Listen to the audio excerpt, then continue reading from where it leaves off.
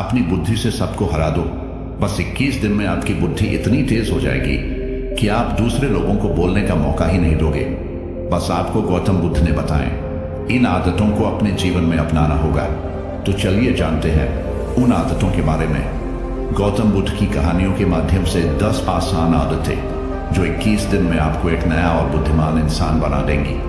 दोस्तों, कहानी शुरू करने से पहले कमेंट में नमो बुद्धाय लिखकर वीडियो को लाइक जरूर करें। तो चलिए शुरू करते हैं इस कहानी को। एक गुरु अपने शिष्यों को प्रवचन दे रहे थे। वो बोल रहे थे कि हजारों मील का सफर भी सिर्फ एक ही कदम से शुरू होता है। देखा जाए तो अपनी जिंदगी में लक्ष्य हम सभी तय करते हैं, अपने लिए ख्वाब बुनते हैं, खुद को लेकर कई सारे सपने भी देखते हैं, लेकिन अपने लक्ष्य, अपनी मंजिल के पीछे भागने की बजाय ज्यादातर लोग अपने उन ख्यालों के पीछे भागते रह जाते हैं जिनका शायद सच्चाई से कोई वास्ता ही नहीं है, जो सिर्फ उनके दिमाग की एक उपज है। इन सभी गैर जरूरी ख्यालों के पीछे भागते हुए वह इस बात का अंदाजा लगाने की कोशिश भी नहीं करते कि वो ख्याल सकारात्मक है या नकारात्मक सच है, या उनके दिमाग की सिर्फ एक उपज है, या वह किसी और से प्रभावित है, उसका सच्चाई से कोई संबंध है भी या नहीं। और शिष्यों, इसीलिए ज्यादातर लोग अपनी मंजिल तक नहीं पहुंच पाते और जीवन भर असफल रह जाते हैं। गुरु यह सब बोल ही रहे थे कि तभी एक शिष्य खड़ा होता है और गुरु से कहता है, गुरुदेव, आपने ये तो बता दिया कि ज्यादातर लोग असफल क्यों होते हैं, लेकिन क्या आप हमें यह बता सकते हैं कि हम सफल कैसे हो सकते हैं?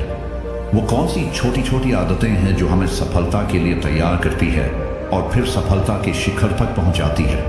गुरु ने शिष्य का पूरा प्रश्न बड़े ध्यान से सुना और फिर हाथ के इशारे से उसे बैठने का आदेश देते हुए अपने सभी चीजों से कहा, जीवन में सफल होने के लिए सिर्फ जोश और इच्छा शक्ति का होना ही आवश्यक नहीं है, क्योंकि ये दोनों चीजें सिर्फ हमें प्रेरित करके हमसे काम की शुरुआत करवा सकती है, लेकिन पूरे जोश और उत्साह के साथ लंबे समय तक अपने लक्ष्य पर टिके रहने और दूर के बड़े लक्ष्यों को हासिल करने के लिए हमें उन आदतों को अपनी रोजमर्रा के जीवन का हिस्सा बनाना पड़ेगा जो व्यक्ति को सफलता के लिए तैयार करती है और उसे सफल बनाती है।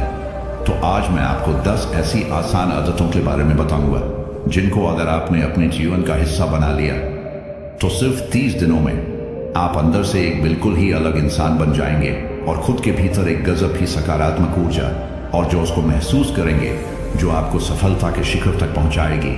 तो उन सफल आदतों की श्रेणी में पहली आदत है, तो अपने दिन की शुरुआत धन्यवाद के भाव के साथ करेंगे। सुबह जैसे ही आपकी आंख खुले तो कुछ भी सोचने से पहले, कुछ भी करने से पहले, बिस्तर से उठने से पहले अपने दोनों हाथों को जोड़कर आसमान की तरफ देखते हुए जिसकी शक्ति पर आप विश्वास करते हैं उसका आह्वान करते हुए उन 3-4 चीजों को याद कीजिए जिसके लिए आप ईश्वर की उन 3-4 लोगों, चीजों या घटनाओं के लिए ईश्वर का आभार व्यक्त कीजिए जिनकी वजह से आपके जीवन में बेहतरी आई है, आप ज्यादा खुशहाल और समृद्ध हुए हैं। ज्यादातर मौकों पर हमारे जीवन में, हमारे घरों में, हमारे परिवारों में, हमारे आसपास के माहौल में एक ही वो इंसान होता है जो हमारे सबसे ज्यादा दुख हो और परेशानियों का कारण होता है, लेकिन हमारे आसपास 99% लोग अच्छे होते हैं। हमारी जिंदगी में 99% चीजें बहुत अच्छी है, लेकिन अगर हम बुरे इंसान पर, बुरी घटनाओं पे, बुरी परिस्थितियों पे, बुरे परिणामों पर ध्यान देंगे तो फिर पूरा दिन हमें उस तरह की चीजें और मिलेंगी। लेकिन अगर हम शुक्रगुजार हैं अपने जीवन की 99% अच्छी चीजों के लिए, तो फिर हमारे पास और अच्छा चलकर जरूर आएगा। ये जो आभार व्यक्त करने की आदत है, ये हमारी मानसिकता को सुबह सुबह ही बदल कर रख देती है और सकारात्मक तरीके से अपने दिन की शुरुआत करने में मदद करती है। इस अभ्यास को करने में बहुत थोड़ा सा ही समय लगता है, लेकिन यह आपके पूरे दिन के काम करने के तरीके, आपकी मानसिकता और आपके विचारों को पूरी तरह से बदल कर रख सकती है। सफल आदतों की श्रेणी में दूसरी आदत है, आपको हर दिन व्यायाम जरूर करना चाहिए। आप चाहे दौड़ लगाए, कसरत करें, योगासन करें या फिर प्राणायाम, लेकिन आपको हर सुबह कोई ना कोई ऐसी क्रिया जरूर करनी है जिसमें आपके शरीर को मेहनत करनी पड़े, उसे पसीना बहाना पड़े। ये इंसानी शरीर बना ही मेहनत करने के लिए है। इसे हर समय आराम देने से यह निष्क्रिय, कमजोर और रोगग्रस्त हो जाता है। व्यायाम करना न सिर्फ आपके शरीर को फायदा पहुंचाता है, बल्कि ये आपके दिमाग और आपके मानसिक क्षमताओं को बढ़ाने में भी कमाल करता है। रोज व्यायाम करने से आपका शरीर और मन मजबूत होता है। आपके अंदर एक अलग ही आत्मविश्वास और तेज का जन्म होता है जो आपकी सफलता की राह में आपके सहायक बनते हैं। सफल आदतों की श्रेणी में तीसरी आदत है, लक्ष्य निर्धारित करो और अपने दिन को योजना के अनुसार चलाओ। रात में सोने से पहले ही अगले दिन के 3 सबसे महत्वपूर्ण कामों को निश्चित कर लो और उन्हें लिख लो। फिर उसी के अनुसार अपने पूरे दिन की योजना बनाओ और उस पर अमल करो। अगर कोई व्यक्ति योजना बनाकर अपने दिन की शुरुआत नहीं करता और कोई सभी काम कभी भी करता है तो ऐसा व्यक्ति कभी भी अपने पूरे दिन का सदुपयोग नहीं कर सकता। हालांकि ज्यादातर लोगों को पता होता है तो उनके लिए कौन सा काम महत्वपूर्ण है और कल उन्हें कौन सा काम करना चाहिए, लेकिन फिर भी वो लोग उस काम को पूरा नहीं कर पाते और उसे टालते रहते हैं। और जो व्यक्ति अपने काम को समय पर पूरा न करके उसे लगातार टालता रहता है, ऐसा व्यक्ति कभी भी बड़ी सफलता हासिल नहीं कर सकता। ज्यादातर लोगों का अपने काम को समय पर पूरा ना करना और उसे लगातार कल पर टालते रहने का सबसे बड़ा कारण है उनके अंदर आत्म अनुशासन का ना होना। क्योंकि जो व्यक्ति आत्मा अनुशासित है वो अपना हर काम समय पर पूरा करता है। सफल आदतों की श्रेणी में चौथी आदत है, आपको हर दिन कुछ ना कुछ नया सीखना चाहिए या फिर कुछ ना कुछ नया पढ़ना चाहिए। अगर आप अपना दिन का समय अपने लिए कुछ नया सीखने, पढ़ने या विकास के कामों में नहीं लगा रहे हैं तो फिर आप चाहे कितनी ऊंचाइयों पर हो, कितने ही समझदार और बुद्धिमान हो, आप जिंदगी में हारने ही वाले हैं, आप नीचे गिरने ही वाले हैं। किसी बुद्धिमान व्यक्ति ने कहा है कि सीखना कभी बंद नहीं होना चाहिए, क्योंकि लगातार अभ्यास से ही व्यक्ति महान ऊंचाइयों को हासिल कर सकता है। सीखने का कोई भी तरीका हो सकता है, जैसे अच्छी किताबें पढ़ना, अपने क्षेत्र के सबसे सफल लोगों की बातें सुनना, रोज अपने काम का अभ्यास करना इत्यादि। अगर आपको दुनिया के 1% सफल लोगों में शामिल होना है तो लगातार सीखते रहने की आदत को अपने जीवन का अभिन्न हिस्सा बनाना ही पड़ेगा। सफल आदतों की श्रेणी में 5वीं आदत है, कम खाओ और अच्छा खाओ। यहाँ अच्छा खाने से मतलब है संतुलित आहार, यानी ऐसा भोजन जो पोषक तत्वों से भरपूर हो और आपके शरीर को कोई नुकसान न पहुंचाए। देखा जाए तो भोजन हमारे शरीर के लिए औषधि है। भोजन शरीर के लिए सब कुछ है, क्योंकि शरीर को औषधि तो हम कभी कभार ही देते हैं, लेकिन इसे भोजन हर दिन देते हैं। तो हमारा शरीर कैसा होगा, ये हमारे भोजन की गुणवत्ता और उसकी मात्रा पर निर्भर करता है, क्योंकि शरीर को चलाने वाले सारे पोषक तत्व भोजन से ही मिलते हैं। इसीलिए कोई ऐसा भोजन मत करो जिसमें कोई पोषक तत्व ही ना हो और जिसे पचाना हमारे शरीर के लिए बोझ बन जाए। ज्यादा तला भुना और बासी भोजन मत खाओ। 3 सफेद झरों से जितना हो सके उतनी दूरी बना लो। पहला सफेद जहर है चीनी, दूसरा सफेद जहर है नमक और तीसरा सफेद जहर है मैदा। चीनी और मैदा से हमारे शरीर को कोई भी पोषक तत्व नहीं मिलता और इन्हें पचाना भी शरीर के लिए बहुत मुश्किल होता है। इसलिए इनका सेवन कम से कम करो। भोजन मन भरने के लिए नहीं, पेट भरने के लिए करो। जब भूख लगी तभी भोजन करो और हमेशा अपनी भूख से थोड़ा सा कम खाओ। रात में जितना जल्दी हो सके उतना जल्दी भोजन करने का प्रयास करो। अपने आहार में जीवित भोजन जैसे फल, हरी सब्जियां, साबुत अनाज, सूखे मेवे भी इत्यादि का सेवन जरूर करो। सुबह उठते ही खाली पेट पानी पियो। भोजन करने से पहले पानी पियो, लेकिन भोजन करने के तुरंत बाद पानी कभी मत पियो। भोजन हमेशा शांत चित्त और प्रसन्न मन के साथ करो और भोजन ग्रहण करते समय उसका पूरा आनंद लो। हम जैसा अपने शरीर को भोजन देते हैं यह उसी के अनुसार काम करने लगता है। इसीलिए अपने भोजन और उसकी गुणवत्ता का ध्यान रखो।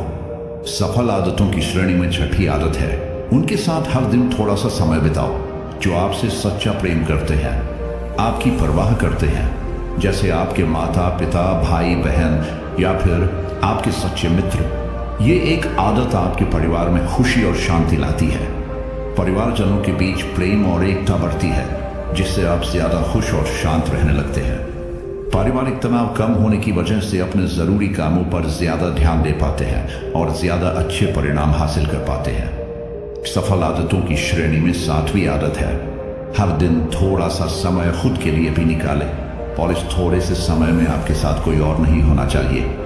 ये आपका अपना समय है जिसमें आप अकेले एकांत में रहेंगे, खुद के बारे में चिंतन करेंगे, खुद की अच्छाइयों और बुराइयों के बारे में विचार करेंगे, अपने भविष्य के बारे में सोचेंगे, अपने काम के बारे में सोचेंगे, अपने भीतर उतरने का प्रयास करेंगे। इन एकांत के पल उतरने का प्रयास करेंगे। इन एकांत के पलों का उपयोग आप खुद को और भी बेहतर तरीके से जानने और समझने में करेंगे। इस समय आप खुद की कमियों के बारे में विचार करेंगे और उन्हें कैसे ठीक कर सकते हैं, इस पर मंथन करेंगे।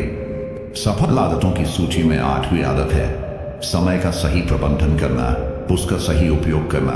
जिंदगी दिनों, महीनों और सालों में गिनी जाती है, तो जिसने अपना दिन संभालना सीख लिया उसका महीना संभल जाएगा, और जिसने अपने महीने संभालने सीख लिए उसके साल संभल जाएंगे, और जिसके साल संभल गए उसकी पूरी जिंदगी संभल जाएगी। इसीलिए अपने दिन को सही तरीके से संभालना सीख लो। जो सबसे महत्वपूर्ण काम है उन्हें सबसे पहले खत्म करो। जिंदगी के किसी भी क्षेत्र में देख लो, घंटे तो सबके पास 24 ही होते हैं, लेकिन इन्हीं 24 घंटों में कुछ लोग कमाल कर जाते हैं। अपने एक हैं जीवन में ना जाने कितने सारे काम कर जाते हैं, लेकिन दूसरी तरफ ज्यादातर लोग छोटे छोटे कामों में ही उलझे रह जाते हैं और जीवन भर यही कहते रहते हैं कि इस काम के लिए समय नहीं है, उस काम के लिए समय नहीं है। तो आखिर समस्या कहाँ है? समस्या है अपने समय का सही प्रबंधन न कर पाना। सफल आदतों की श्रेणी में 9वीं आदत है रात में जल्दी सोएं और सुबह जल्दी उठें। जो व्यक्ति सुबह जल्दी उठता है उसे कुछ अतिरिक्त समय मिल जाता है सबसे महत्वपूर्ण कामों को खत्म करने का, जैसे ध्यान का अभ्यास, व्यायाम, किताबें पढ़ना इत्यादि। सुबह जल्दी उठकर ध्यान का अभ्यास करने से दिन भर मन शांत और प्रसन्न रहता है। इसके साथ ही सुबह जल्दी उठकर काम शुरू करने से व्यक्ति का काम समय पर पूरा हो जाता है और वह बेवजह की चिंता और तनाव से बच जाता है। सुबह जल्दी उठकर काम खत्म करने से व्यक्ति के अंदर एक ऐसा अनुशासन जन्म लेता है जो उसे सफलता की शिखर तक पहुंचा सकता है। सफल आदतों की श्रेणी में 10वीं आदत है वीर्यनाश, धूम्रपान और मदिरापान से बचे। ये तीनों ही काम ऐसी बूढ़ी लत है जो निश्चित रूप से आपको पीछे ले जाने वाली है।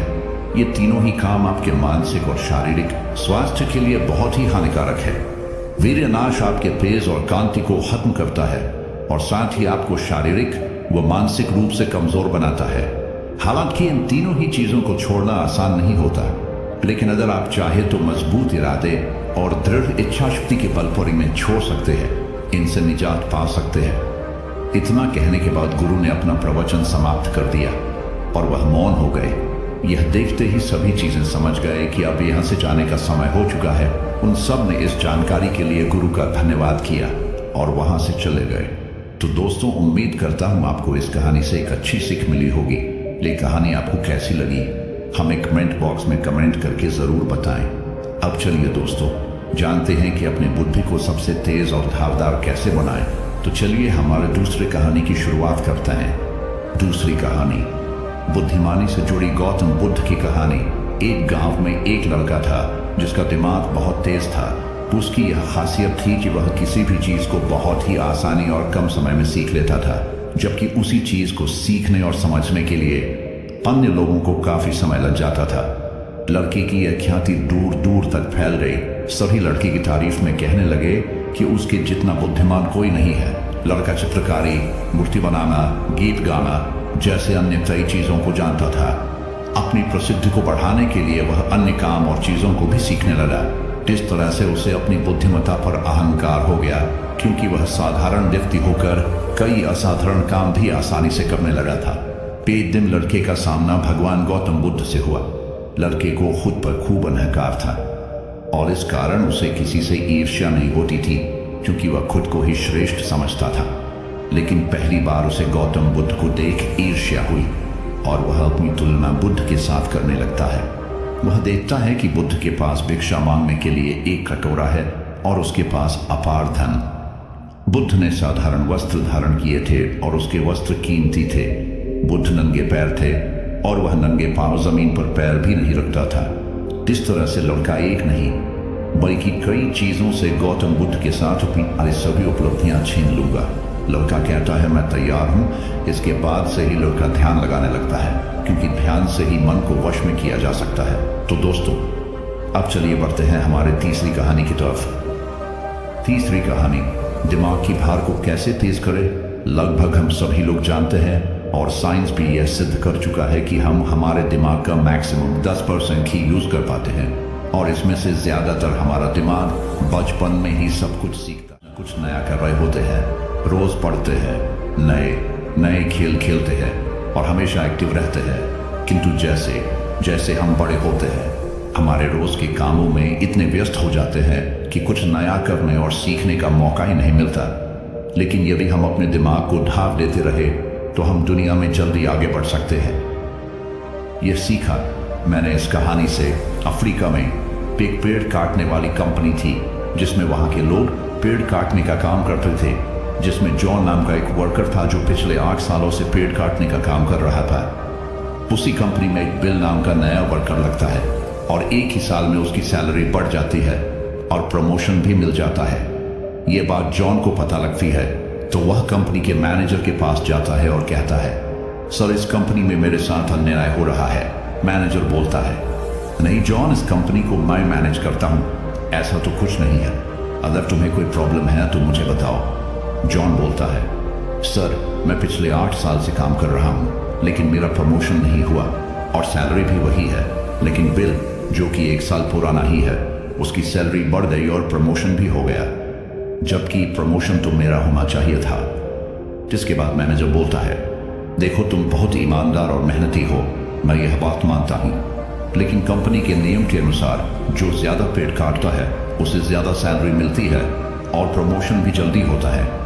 तुम पहले भी रोज 4 पेड़ काटते थे और अब भी 4 पेड़ ही काटते हो। मैनेजर बोलता है, नहीं जॉन, इस कंपनी को मैं मैनेज करता हूं, ऐसा तो कुछ नहीं है। अगर तुम्हें कोई प्रॉब्लम है तो मुझे बताओ। जॉन बोलता है, सर मैं पिछले 8 साल से काम कर रहा हूं लेकिन मेरा प्रमोशन नहीं हुआ और सैलरी भी वही है, लेकिन बिल जो कि 1 साल पुराना ही है, उसकी सैलरी बढ़ गई और प्रमोशन भी हो गया, जबकि प्रमोशन तो मेरा होना चाहिए था। इसके बाद मैनेजर बोलता है, देखो तुम बहुत ईमानदार और मेहनती हो, मैं यह बात मानता हूं, लेकिन कंपनी के नियम के अनुसार जो ज्यादा पेड़ काटता है उसे ज्यादा सैलरी मिलती है और प्रमोशन भी जल्दी होता है। तुम पहले भी रोज 4 पेड़ काटते थे और अब भी 4 पेड़ ही काटते हो, लेकिन वह रोज 8 पेड़ काटता है, इसलिए उसे जल्दी प्रमोशन मिला। तुम भी रोज 8 पेड़ काटो, तुम्हें भी प्रमोशन मिल जाएगा। यह बात सुनकर जॉन लौट जाता है और रोज से ज्यादा मेहनत करता है और ज्यादा देर तक काम करता है।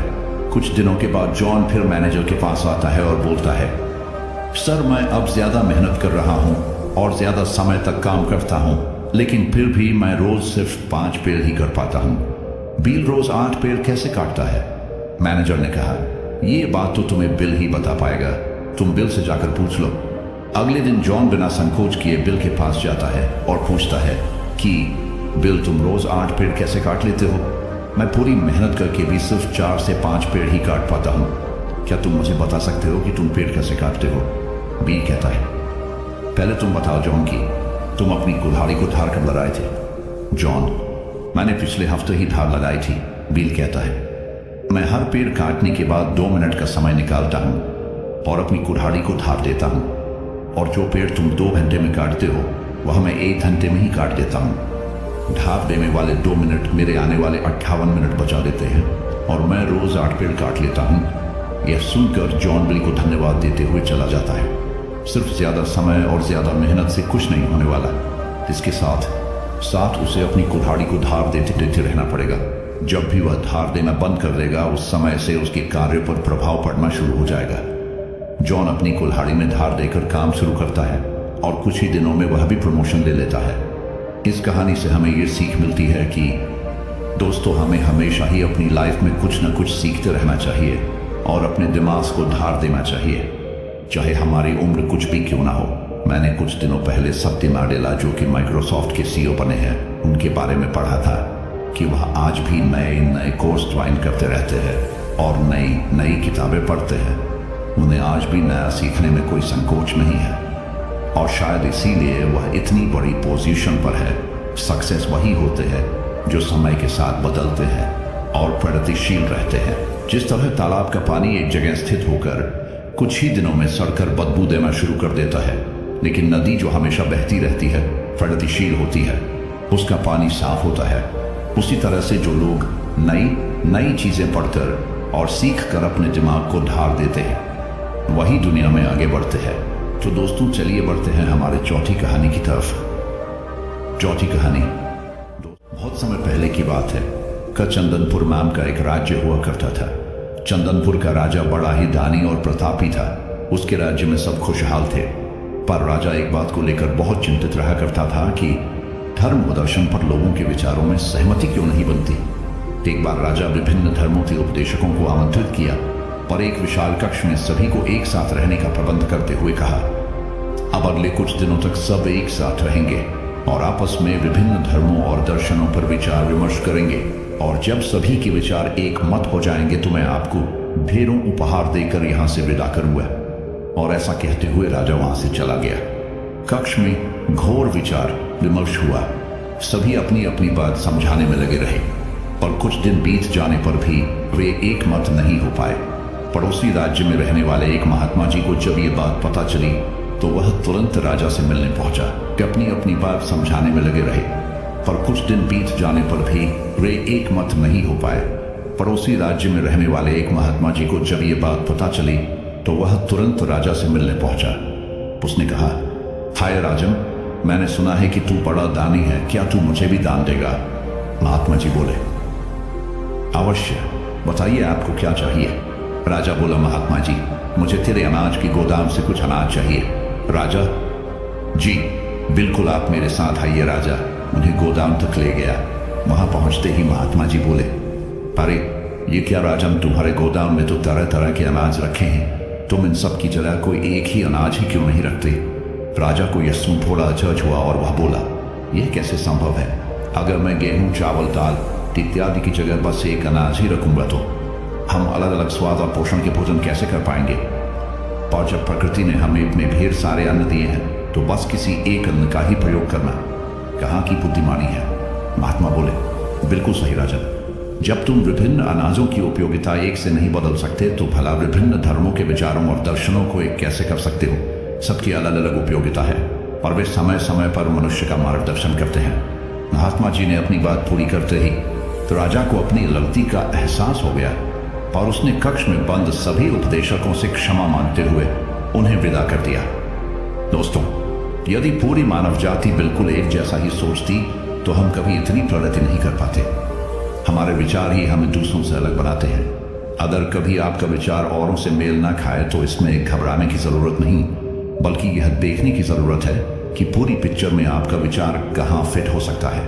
और दूसरी तरफ यदि किसी और का विचार आपसे मेल ना खाए तो उस पर नाराज होने की बजाय ये समझने का प्रयास करना चाहिए कि उसकी सोच का कहां और कैसे यूज किया जा सकता है।